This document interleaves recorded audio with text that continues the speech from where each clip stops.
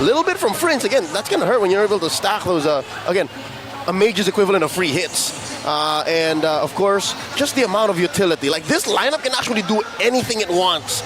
Isolation, CC, re-engage. Travel. It can also go anywhere it wants. Vision. Yeah. Diversions. But here's what's scary about it, is you're going up against a team that's so well-rounded and that has synergy through the roof, and that's Blacks International. I wonder what else they have left in the tank. What are they going to put in the hands of Salik Imam? Bumblebee reporting for duty. All right. That's a Edith. X-board? X-board. X-Borg in the XP lane. That's right. All right, that's pretty. I guess that's focusing more on survival, making sure that you don't get beat down on lane. Kasi maging yung counter sa hero niya, alam niyang counterin. Alam niya lahat ng pwedeng sagot kasi they have been playing it so good in the regular season at nakita din natin. Dili na lang tayo mag-talk. Gets na natin lahat. Ayan na! Here we go. Ayan na! Second series game number 1. Ayun. Fnatic Onyx Philippines. Kita mo, umiikot na oh. Oo. Nag-heavy spin na, wala pang heavy spin. Yun ang effect ng mismong espada ginagamit na pang Nakakadagdag yun speed. sa speed. Nakakadagdag sa speed yun. Pag, Ano, times 2, times 2. pag naglalaro ka ng rank, ikot-ikutin mo yun. Nakakadagdag yun. Oo. Wag lang tatamaan ng execution strike lamang yung XP. X-Borg, okay.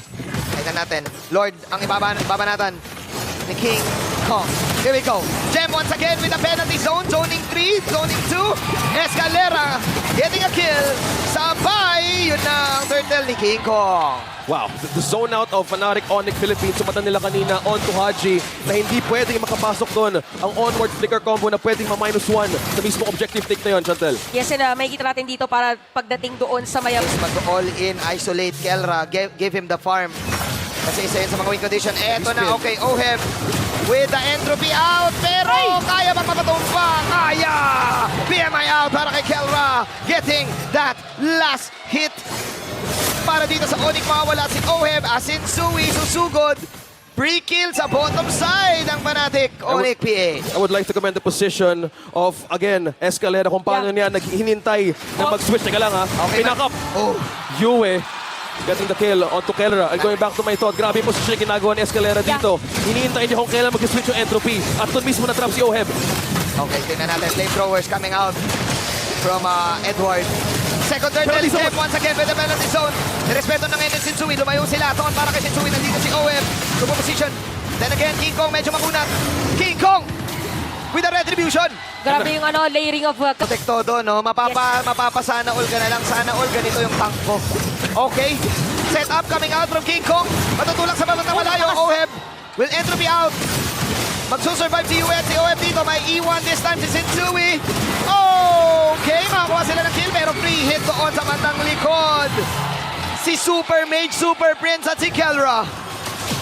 Laging on point dito yung... Ay, Grabe. grabe naman.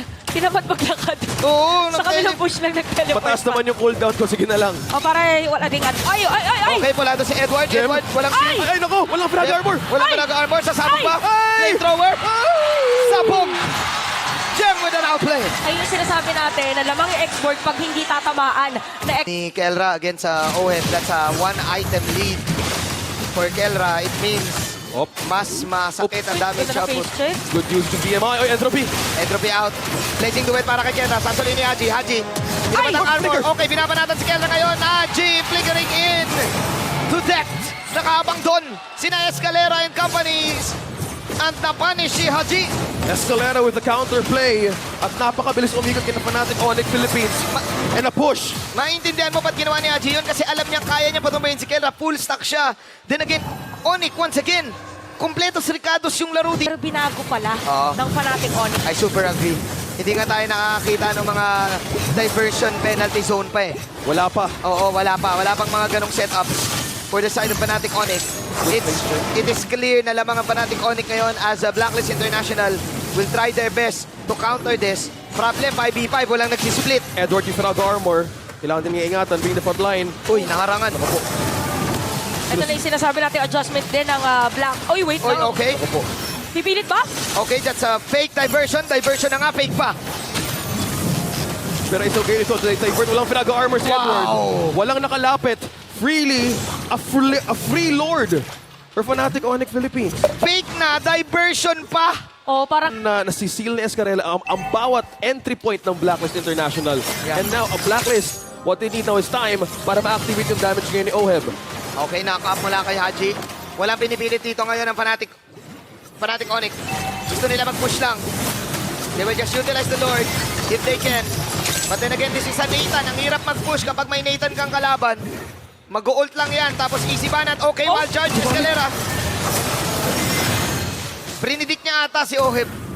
oh, parang inisip niya na baka pumasok doon na during that time. Pero disiplina na hindi. Oh, sakit ng Sakit! higop! Grabe yung feel ng damage. Oh, my Open up the God! zone! Pasok ngayon si Jem. Alam ng Fnatic Onyx na mas may Ay! damage sila. Napalalim si Escalera, flicker out. Napakasakit ni Kelra, BMI out. Fnatic Onyx, slowly but surely taking this game away. Grabe din yung yung depensa dito ng side ng Blacklist International, pero for Fnatic Onyx ang maganda dito is grabe din yung depensa na or disiplina rather na ipinapakita nila dito para sa laban. Kung may error man sila, hindi nila inaasim yung pwede na play. Yeah, walang asim na blazing Ay! duet! Nayari si Oheb! Kelra! Confident enough to enter. Siya lang Ng BMI na yun. Para ka- Gawin na walang any follow-up at all. Kakasabi ko pala na hindi nila inaasim! okay na naman, mega kill si Super Prince.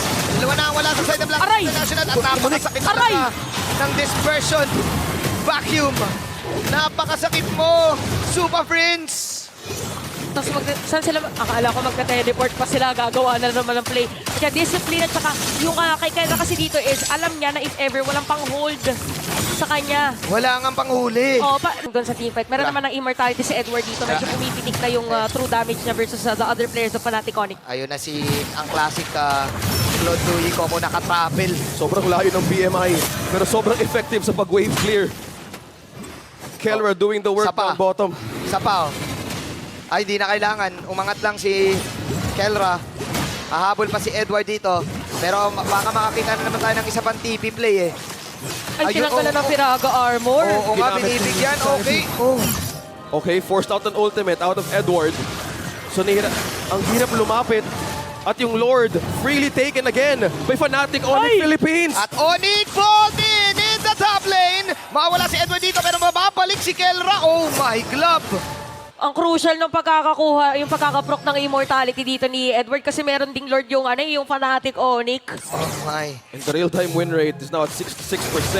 This is all-out dominance para sa side ng Fnatic Onyx. Kaya naman ng mga Sonics na nandito ay mga nakangiti dahil nakikita nila na lumalamang ng todo. Lalong-lalo na si Kelra. Look at this. Ang taas ng kalamangan sa gold.